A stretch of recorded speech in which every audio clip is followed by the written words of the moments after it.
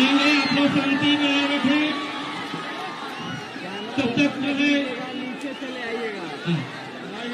और मंच पर अपने भोजपुर जिला के जाने माने चिकित्सक डॉक्टर विजय गुप्ता जी का आगमन हुआ है और हम चाहेंगे कि हमारे बीच में रितेश पांडे जी, भोजपुरी सिंगर, सिने अभिनेता, इनको माइक दे रहे हैं कि एक गाना का प्रस्तुति करें हमारे रितेश भैया। रितेश पांडे जी के लिए जोरदार तालियों से स्वागत।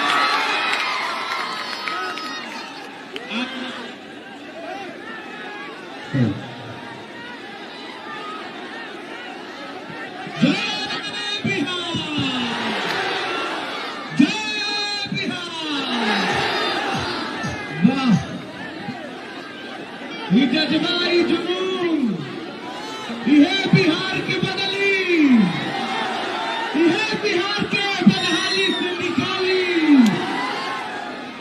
बैठ जाए जा रहे हो सब तरी, बैठ जाए जा, अपना अपना जगह पर बैठी जा। अरे भैया ढोलक तबला मत बजाइए, बैठिए भैया, बैठ जाइए, बैठ जाइए, बैठ जाओ, बैठ जाओ, बैठ जाओ, अपना अपना जगह पर बैठा लो, सब लोग बैठिए।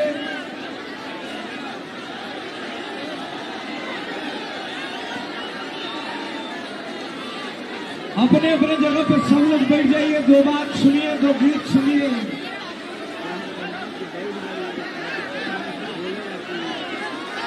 कि सब लोग के आवाज बढ़े,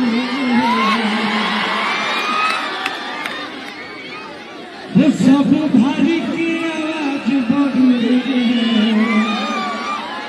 आवे वाला जन सूरज बढ़े, कि माई बहिन के आवाज बढ़े, आवे वाला जन सूरज बढ़े, कि बिहार में सुधार हुई हो, सबके रोजी रोजगार हुई हो, कि सारा युवा की आवाज बढ़े, आवे वाला जन सूरज बढ़े। जय बिहार। आप देखिए, आपके बीच में जनसुराज की सूत्रधार हमनी के पूरा बिहारियन के ए बदहाली से निकाले खातिर, बिना उठावे वाला ए अशिक्षा से निकाले खातिर, ए बेरोजगारी से निकाले खातिर, अब सब कुछ छोड़ के बिहार में दर दर के ठोकर खाए वाला, दर दर घूमने वाला आदरणीय प्रशांत किशोर जी बानी। एक बार जोरदार ताली के साथ स्वागत होने का चाहिए। अरे नारा बोलने के चाहिए। जय बिहार, जय बिहार।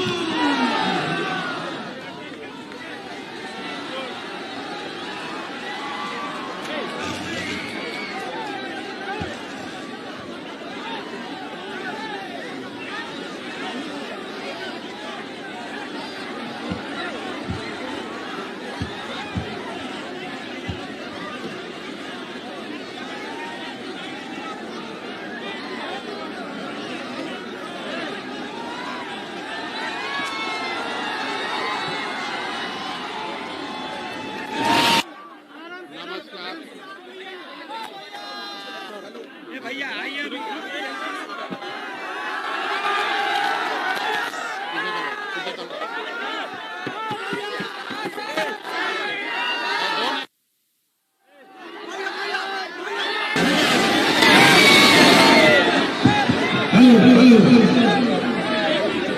नमस्कार।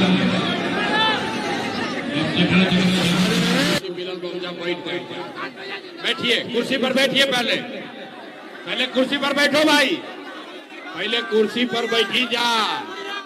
बैठिए, बैठिए, पहले कुर्सी पर बैठिए। सब लोग बैठिए, बैठिए जा, हाथ जोड़ता नहीं, बैठिए, पहले कुर्सी बैठो, पहले कुर्सी बैठो भाई।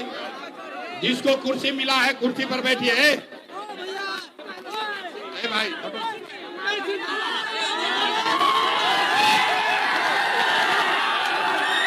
अब हो गई, अब हो गई। अब नारा लग गया। अब एक बार अपना माँ बाप और अपना धरती के सम्मान में वो नारा लगी। हम बोलेंगे जय बिहार, और सबके बोलने के बाद जय जय बिहार। सारे लोग, मैं बोलूंगा जय बिहार, आपको बोलना है जय जय बिहार, जय बिहार। बस रोहतास के आदमी में हद दम बा यार, नाम हंसा दिला जा, पूरा ताकत से बोलिए जय बिहार, जय बिहार, जय बिहार। तो हमरे नाम है प्रशांत किशोर।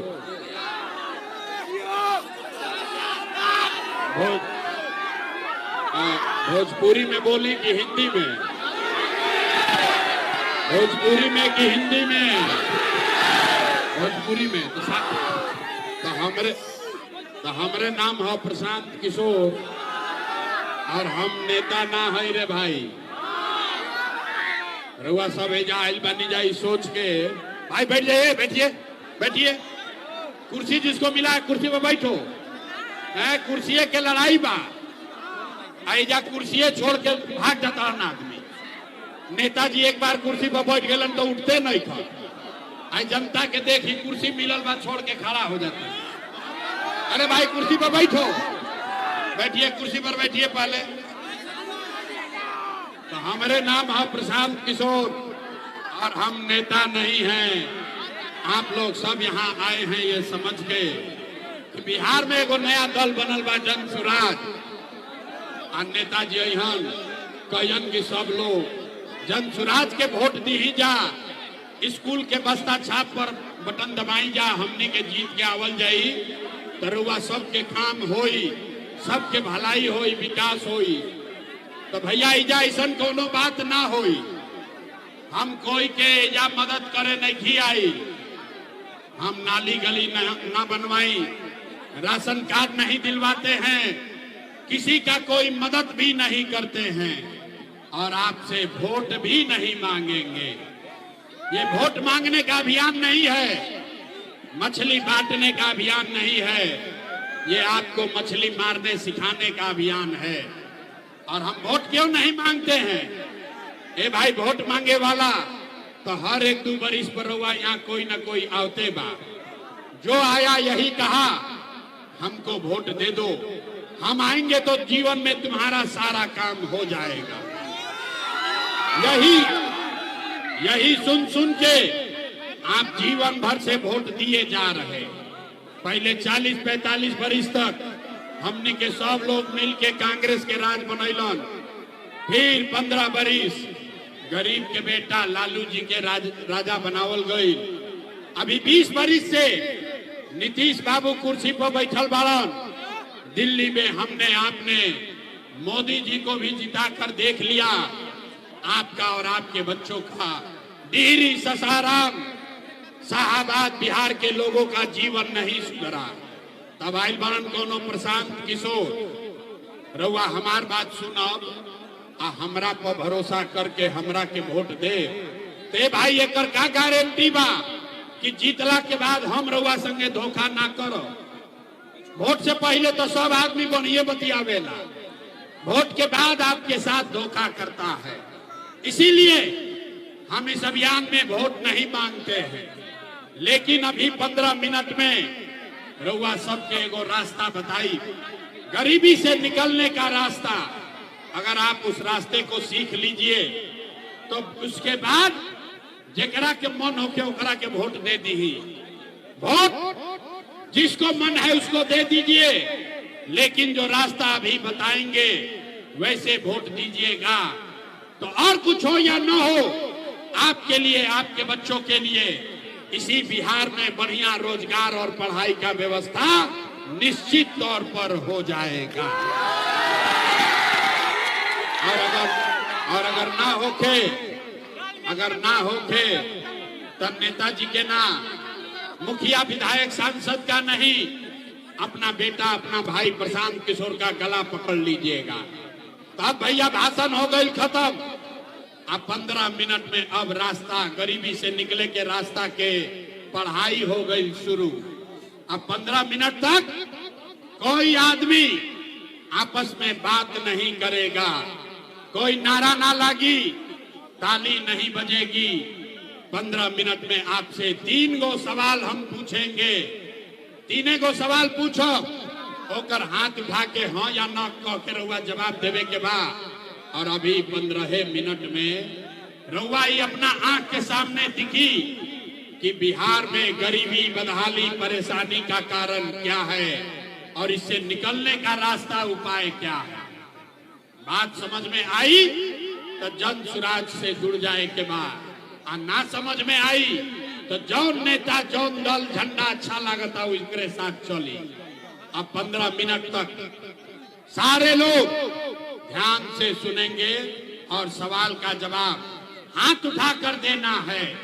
हाथ काहे उठावे के बाद? हथवे में सब दम बारे भाई। यही हाथ से जेकरा के बटन दबा दे ओइजे से राजा पैदा हो जाए। अब हुआ हो गई। अब शांति से जैसे पढ़ाई होला वैसे सीखे के बाद सारे लोग एक बार जरा सोच के बताइए, आपके गांव पंचायत में और कुछ हो या न हो, आपके लिए, आपके बच्चों के लिए बढ़िया पढ़ाई रोजगार का व्यवस्था होना चाहिए कि नहीं होना चाहिए? नतबा तो सबके उठावे के पड़ी। नतबा आगे ना बड़े हाथ उठाकर बोलो भैया, रोजगार पढ़ाई होके के चाहिए कि ना? जोर से बोलिए, होना चाहिए कि नहीं? होना चाहिए। अरे भाई, डिहरी के जनता कितना समझदार है। हम ना सिखाएंगे।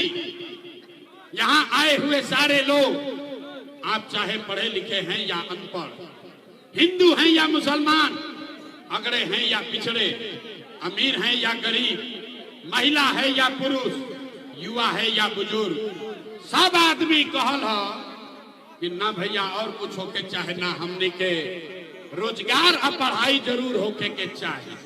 इतना बात तो सबके बुझाता।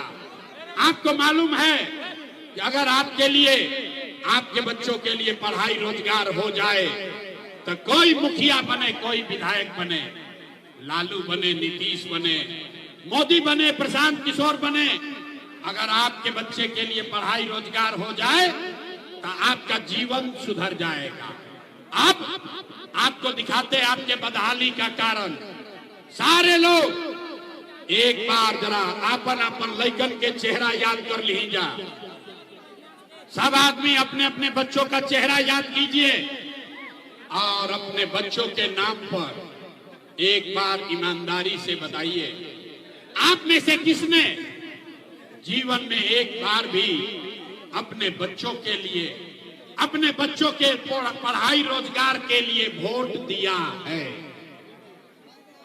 देखिए अपना इलाका के लोग के हालत देखिए, चुप जैसे बुझाता कि बिजली के करंट मार देला। अभी कितना जोर से बोलनी हाँ कि भैया पढ़ाई या रोजगार होके के चाहे। अभी माइक दे दी ही, आधा आधा घंटा आदमी भाषण दिहन, कोई लालू के गरियाई, कोई नीतीश के, कोई मोदी के, कोई कांग्रेस के, कोई मुखिया को, कोई विधायक को। अरे मेरे भाई, आपने तो आज तक अपने बच्चे के लिए, अपना बच्चा के पढ़ाई रोजगार खातिर वोटे रुआ ना देनी तो दूसरा के दोष काहे के देता नहीं। अब कोई खड़ा होके कही कि भैया एकर का गारंटी बा कि अपना लइकन खातिर वोट दिहल जाई तो हमने के रोजगार पढ़ाई मिल जाई। हमने के तो बिहार में सब नेता के वोट दे के देख लेनी जा, आज तक कुछ ना मिलल, तो एकर का गारंटी बा कि अपना लइकन खातिर वोट दिहल जाई तो रोजगार पढ़ाई मिली। बिल्कुल इसका गारंटी है। वोट जिसको देना है दीजिए, लेकिन आपके बच्चों को पढ़ाई रोजगार मिलेगा ही मिलेगा। हमारा बात पर भरोसा नहीं करे के हर आदमी अभी 2 मिनट में जादू देखिए कि आपको और आपके बच्चों को पढ़ाई रोजगार कैसे मिलेगा। दूसरा सवाल के जवाब देने के बाद सब आदमी सोचकर बताएगा। आज तक आपने जिस नेता को, जिस दल को भी वोट दिया, उन नेताओं ने आपका और आपके बच्चों का काम किया है कि नहीं किया है? नहीं किया है तो हाथवा उठा के बोले के बाद ना कि हाँ, नेताओं ने आपका काम किया है कि नहीं किया है? हाथ उठाओ भाई, हाथ उठाकर बोलो किया है कि नहीं किया है? सोच कर बोलिए किया है कि नहीं किया है? नहीं किया है ना? नहीं खंजक कैले ना? अब पलटे के नहीं खे, अब जादू देखी, अब हम गिनवावे शुरू करतनी। सही बात बोलो तो सबके हाथ उठा के हाँ बोले के बाद, गलत बोलब तो ना बोल दे, 2 मिनट में दिखी जादू दिखेगा कि आपके बच्चे को पढ़ाई रोजगार कैसे मिलेगा। पूरा बिहार में डिहरी, सासाराम, शाहाबाद में बहुत सारे लोगों ने 5 किलो अनाज के लालच में मोदी जी के भाजपा के आदमी वोट दे ले बा, तब बिहार में चाहे जितना चुप बिहार में चाहे जितना चोरी भ्रष्टाचार बा, 1 किलो चोरी करके 4 किलो अनाज यहाँ के लोगों को मिल रहा है कि नहीं मिल रहा है? हाथ उठाकर बोलो भैया 4 किलो अनाज मिल रहा है कि नहीं मिल रहा है? आपने, हमने वोट दिया, हिंदू मुसलमान बनके सब हिंदू लोग कहल कि जाए दी भैया, हमने के दशा कुछो होके पहले अयोध्या में राम जी के मंदिर बने के चाहिए। तो आपके गांव में नाली गली नहीं बना, स्कूल अस्पताल नहीं हुआ, यहाँ फैक्ट्री चालू नहीं हुई, आपको इंदिरा आवास नहीं मिला, आपको रोजी रोजगार नहीं हुआ, लेकिन आपके वोट से अयोध्या में राम लला का मंदिर बना है कि नहीं बना है? हाथ उठा के बोले के बाद मंदिर बना है कि नहीं बना है? आपने, हमने, कई लोगों ने वोट दिया नीतीश कुमार को। लोग कहल कि ना मोदी के वोट ना देव, लालू के ना देव, नीतीश के वोट दिहल जाएगा। हमने के पानी, बिजली, सड़क चाहिए। लालू के राज में इसी बिहार में बिजली, पानी, सड़क ना रहे, तो नीतीश के बिहार में इसी भ्रष्टाचार वाले राज में बिजली का बिल 1000 आए चाहे 2000, घरे घरे बिजली आया है कि नहीं आया है? हाथ उठा के बोले कि हाथ ना उठी तो बोला ना हटी हाथ से। हाथ उठाकर बोलिए बिजली आया है कि नहीं आया है? तो 2 बार हिलाने पर काहे बोलते हो? बोलो हाथ उठाकर बिजली आया है कि नहीं आया? आपने, हमने वोट दिया अपना जात के नेता पर के। बिहार में आदमी कहेला जी ही चाहे मर जाए, अपना जाते वाला के वोट दे। तो भैया आपके जात के नेता ने आपके लिए, आपके बच्चों के लिए पढ़ाई रोजगार की बात नहीं किया, लेकिन जाति का बात और जाति का गिनती, जनगणना कराया है कि नहीं कराया है? अरे जाति के जनगणना भइल बा कि नहीं के भाई? आपने, हमने वोट दिया सिलेंडर के लालच में मोदी जी को। सब लोग कहल कि अब सिलेंडरे पर खाना बनावल जाए, तो भैया सिलेंडर के दाम 1000 हो कि 1200, घरे घरे सिलेंडर बटाई बा कि नहीं के बटाई? आपने, हमने वोट दिया मोदी का भाषण सुन के कि मोदी ने गुजरात में बड़ा विकास किया है। तो भैया मोदी गुजरात में तो विकास करता, पूरा देश का पैसा ले जाकर मोदी गुजरात के गांव गांव में फैक्ट्री लगा रहे हैं, और पूरा बिहार से, शाहाबाद, सासाराम से आपके, हमारे बच्चे गुजरात में जाकर नौकरी मजदूरी कर रहे हैं कि नहीं कर रहे हैं? ये भाई तो कौना बात पर वोट देनी जाके नाम मिलो। आपने कहा अपने बच्चों के नाम पर कि ये भैया जीवन में आज तक अपना लइकन के पढ़ाई रोजगार खातिर वोट ना देनी, यही जादू दिखाने आए। वोट ना मांगी, यह जादू दिखावे आइल बानी। बोइबो बबूल ता आम कहाँ से खाई? वोट दे 5 किलो अनाज खाती तो रोजगार कहाँ से भेटाए? अरे भाई, रउआ वोट देनी 5 किलो अनाज खाती तो 4 किलो अनाज मिले लागल। आपने वोट दिया मंदिर के लिए तो अयोध्या में मंदिर बन गई। आपने वोट दिया बिजली के लिए तो घरे घर बिजली आ गई। आपने वोट दिया जाति के लिए तो घर घर जात के चर्चा गिनती हो गई। आपने वोट दिया सिलेंडर के लिए, घर घर सिलेंडर बटा गई। आपने वोट दिया गुजरात के विकास के लिए, गुजरात के गांव गांव में फैक्ट्री लाग गई। आपने अपने बच्चों के पढ़ाई रोजगार के लिए वोट नहीं दिया, इसीलिए पूरा बिहार के लड़का अनपढ़ मजदूर बन गईलन। यह जादू दिखावे आइल बानी। वोट ना मांगी, गाँवे गांव जाके लोग के हाथ जोड़ो तनी, एक गो बात बताओ तनी, अरे मेरे भाई अगर आप अपना और अपने बच्चे का चिंता नहीं करोगे तो दुनिया में कोई दल कोई नेता राउर चिंता ना करी। काहे करी भाई? जब रउआ अपन लड़का के चिंते नहीं थे तो लालू नीतीश मोदी प्रशांत किशोर राउर लड़का के चिंता काहे करी हम। अब अभी आपको एक अंतिम सवाल पूछेंगे, आपको दिखेगा आपके बर्बादी का कारण, और फिर गरीबी से निकले के एगो रास्ता मंत्र बताई। सारे लोग अंतिम सवाल का जवाब दीजिए, तनी सोच के बताई जा। और कुछ हो या ना हो, आपको अपने और अपने बच्चों की चिंता है कि नहीं है? हथवा तो उठाओ रे भाई। यहाँ के आदमी को हाथ उठाने में 2 घंटा लगता है। हाथ उठाकर बोलो अपने बच्चों की चिंता है कि नहीं है? है कि नहीं है? है। सबका सब झूठ बोल रहा। कोई नेता में दम नहीं थे कि आके कह दे रहुआ गांव में रहुआ मुंह पर। हम आपको कह रहे हैं भरी सभा में, सबका सब झूठ बोल रहा। आपने कहा कि भैया हमनी के अपन चिंता बा, अपन लइकन के चिंता बा। मेरे भाई हम 2 बरिस अपन घर परिवार छोड़ के 5000 गांव में पैदल गईनी। आज आपके बाजार में यहाँ आए हैं। रास्ता में अगर 100 गो बच्चा मिला है, आपके इलाके का 100 बच्चा अगर मिला, आधा से ज्यादा बच्चों के शरीर पर शुद्ध कपड़ा नहीं है। आप हमारे साथ अपना जिला के किसी गांव में चलिए, ज्यादातर बच्चों के पैर में हवाई चप्पल भी नहीं है। लोग से पूछा तो नहीं कि भाई अपना लड़का के का हाल कैले बोलो, कम से कम एगो चप्पल काहे निकल खरीदो। लोग कहता है कि भैया इतना गरीबी बा, इतना महंगाई, इतना भ्रष्टाचार बा, कहां से लड़का के कपड़ा पहनाई, कैसे पढ़ाई, कैसे आगे बढ़ाई।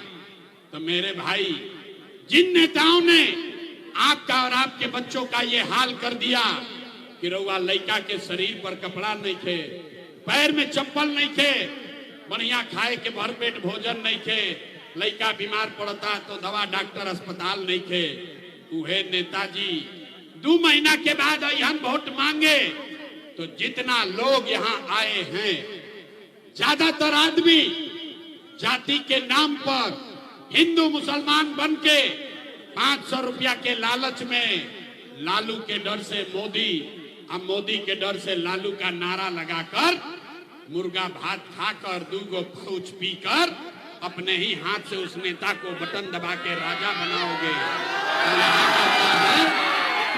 कि बच्चा के लिए बड़ा चिंता बा। अरे भाई, अपना बच्चा के नाम पर झूठ बोल रहे हो तो आप नहीं भोगिएगा, आपका बच्चा नहीं भोगेगा तो कौन भोगेगा? हम मीठा बात ना बोली, बिहार के आदमी के सुधर ही के नहीं थे।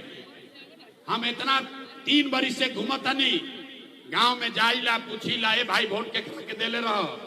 लोग कहता है मोदी जी को। सुनी बिहार के दुर्दशा के कहानी। लोग से पूछे वोट किसको दिए, बोला मोदी जी को। पूछे काहे, बोला मोदी जी का सीना है 56 इंच का। तो पूछने एकरा से का होई?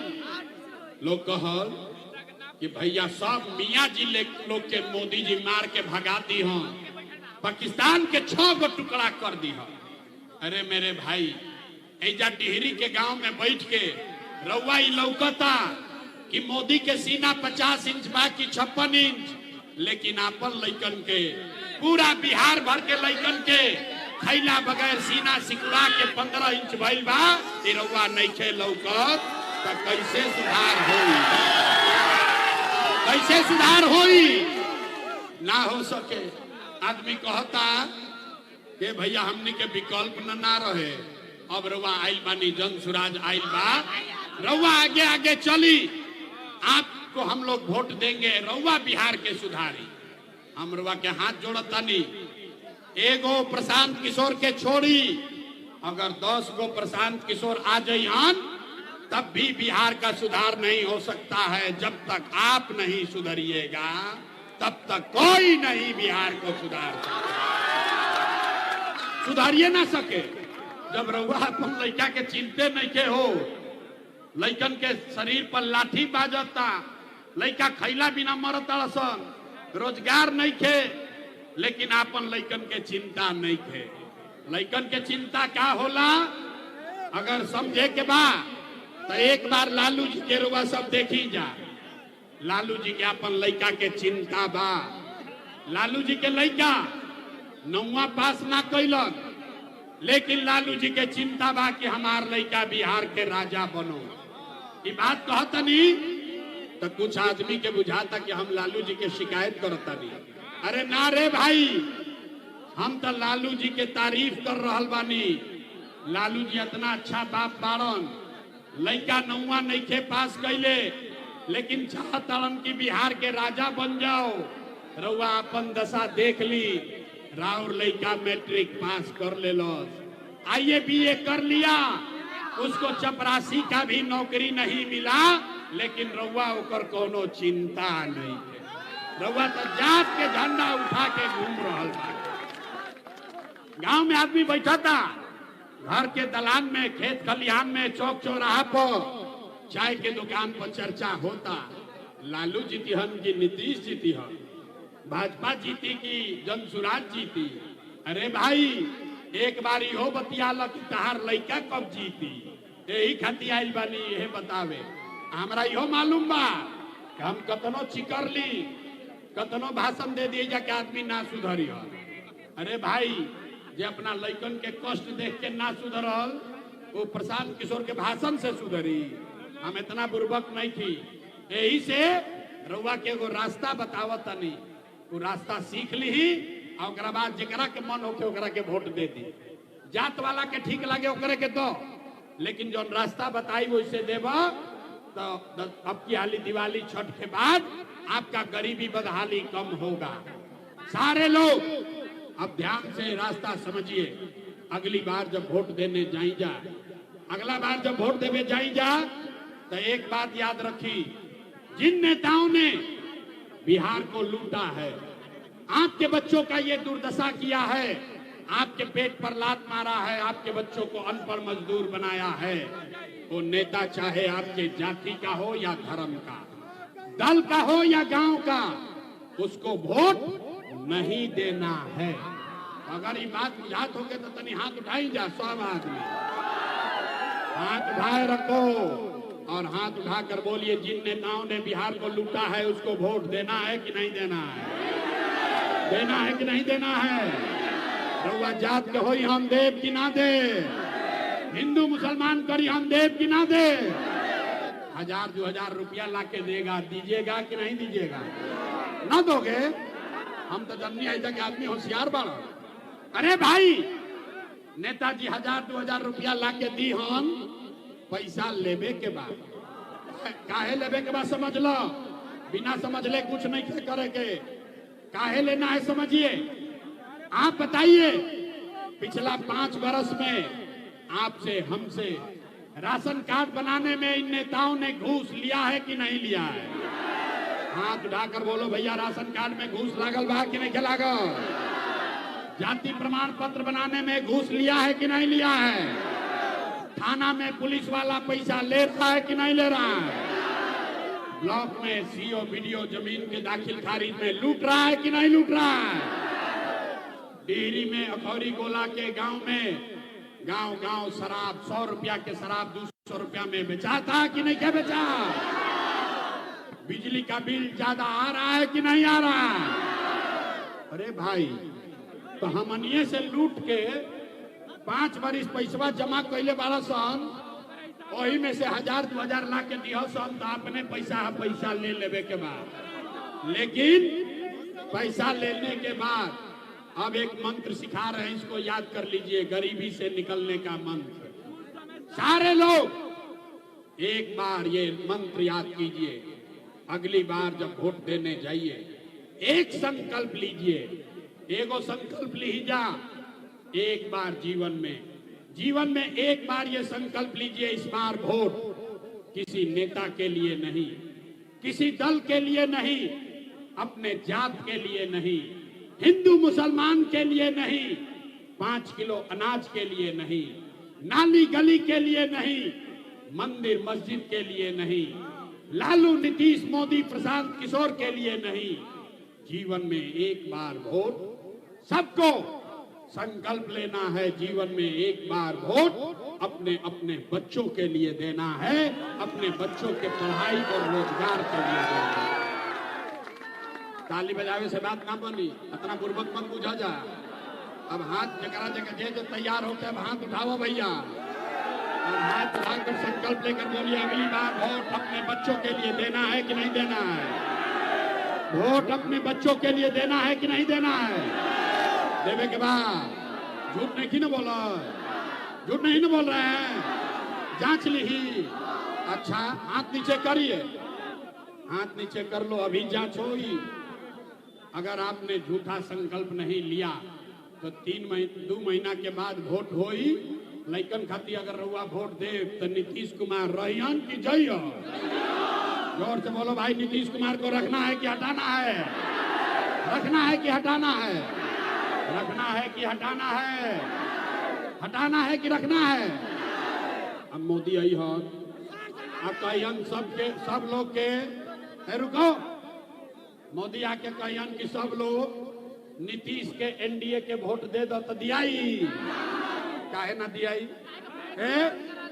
हमरा सभा में आया तो कहा न देंगे, काले मोदी अहान तो फिर हिंदू मुसलमान बन के मोदी मोदी करके जाओगे। रुको, अभी 1 मिनट में दूध का दूध पानी का पानी हो जाएगा, सब लोग मिलके तय करेगा कि मोदी को वोट देना है कि नहीं देना है।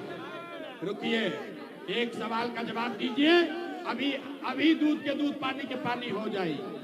सब लोग सोचकर बताइए, वोट बिहार के तो फैक्ट्री कहाँ लागे के चाहिए? बिहार में कि गुजरात में? सबके बोले के बाद पूरा सुनकर बोलो भाई, वोट बिहार का तो फैक्ट्री कहाँ लगना चाहिए? बिहार में कि गुजरात में? बिहार में कि गुजरात में? जोर से बोलिए, बिहार में कि गुजरात में? बिहार में कि गुजरात में? ये बात सबके बुझाता ना। तो आप जितना मोदी भक्त लोग बाड़न जा, अपना अपना लइकन के नाम पर बोला जा। पिछला 15 साल में मोदी ने फैक्ट्री कहाँ लगाया? बिहार में कि गुजरात में? अब जितना मोदी भक्त बाड़न जा, चुप चुप, अब डरे बोलत नहीं खन जा। अरे भाई बोलो, 15 बरस में मोदी ने फैक्ट्री कहाँ लगाया? बिहार में कि गुजरात में? हाथ उठाकर बोलो, बिहार में कि गुजरात में? बिहार में कि गुजरात में? अब फैसला कीजिए, ये मंजूर है? वोट लोगे बिहार में, अब फैक्ट्री लगाओगे सूरत गुजरात में, मंजूर है? मंजूर है? तो आप बोलिए आप कि मोदी को वोट देना है? देना है? नहीं देना तो हाथ उठाइए, सारे लोग हाथ उठाओ भाई, जितना मोदी भक्त लोग वाला जा हाथ उठाओ जा, हाथ उठाकर बोलिए मोदी को वोट देना है, देना है, देना है। और अगर दिए तो लइका जाके गुजरात में मजदूर बनिया सन, ओकर पाप आप ही के सर लगेगा। तो मोदी के वोट ना दियाई तो नीतीश कुमार तो गई लो, रैयन की जय हो। जोर से बोलो भाई, रैयन की जय हो, रैयन की जय हो। नीतीश कुमार रहेंगे कि जाएंगे? 2 महीना के बाद नीतीश कुमार गए? डिहरी से फैसला कीजिए, हाथ उठाकर बोलिए नीतीश कुमार गए? लाठी बहुत जोर से मरवाया है नीतीश कुमार, पूरा ताकत से बोलो नीतीश कुमार गए? नीतीश कुमार गए? बच गए लालू के ललटे। अब बोलो रे भाई, लालू के ललटेन चाहिए, लालू का ललटेन चाहिए। ललटेन का जंगल राज चाहिए, फिर से अपहरण रंगदारी चाहिए, फिर से लूट मार चाहिए। अब जे लालू के वोट देले बा वो डरे बेचारा है से लुकाई कोई देख मत ले भाई। अभी मोदी के पूछली है तो बड़ा मजा आयल हो। अब ललटेन वाला लोग लुकाई बढ़न जा। अरे भाई सोच कर बोलो, ललटेन का किरासन तेल बनना है, लालटेन के जलावे के बाद कि बुझावे के बाद? लालटेन को जलाना है, फिर से लालटेन को जलाना है। और लालटेन रही कि बूझी? रहेगा कि बुझेगा? आंख उठाकर बोलो, डिहरी में लालटेन रहेगा कि बुझेगा? बुझेगा। तो लालू, नीतीश, मोदी तीनों चल गई तो के बचा? कौन बचा? हाथ उठाकर बोलो, कौन बचा? कौन बचा? कौन बचा? कौन बचा? पहले ही कहले रही कि बिहार के आदमी ना सुधरी। आधा घंटा समझाते नहीं, लेकिन देखी बिहार के लोग के दशा। पहले 40 बरिस कांग्रेस से ठगैल, फिर 15 बरिस लालू से ठगैल, 20 बरिस से नीतीश मोदी से ठगा तड़ो। आप देखी ऐजा सभा में चिल्ला चिल्ला के कहतड़ो कि अब प्रशांत किशोर से ठगाई। अरे भाई, प्रशांत किशोर के आवे से जीवन ना सुधरी। जीवन तब सुधरी जब बिहार में लालू, नीतीश, मोदी, प्रशांत किशोर का नहीं, जनता का राज कायम होगा, तब जीवन सुधरेगा। जय प्रकाश नारायण क्या कहलन? सिंहासन खाली करो कि जनता आती है। अब बिहार में लालू, नीतीश, मोदी का राज नहीं, जनता का राज होना चाहिए। सब लोग तैयार बा? बोली जोर से, जय बिहार, जय बिहार। तो हम रवा से वोट मांगनी ना, अब पैसा चंदा हम ली ना, लेकिन अगर रवा हमार बात ठीक लागल होके तो और कुछ नहीं, जाने से पहले एक बार हाथ उठाकर दुआ और आशीर्वाद दीजिए और बताइए बिहार में ये प्रयास होना चाहिए कि नहीं होना चाहिए? बिहार में ये प्रयास होना चाहिए कि नहीं होना चाहिए? बदलाव होके के चाहिए कि ना होके के चाहिए? अभी होके के चाहिए कि 5 बरिस के बाद?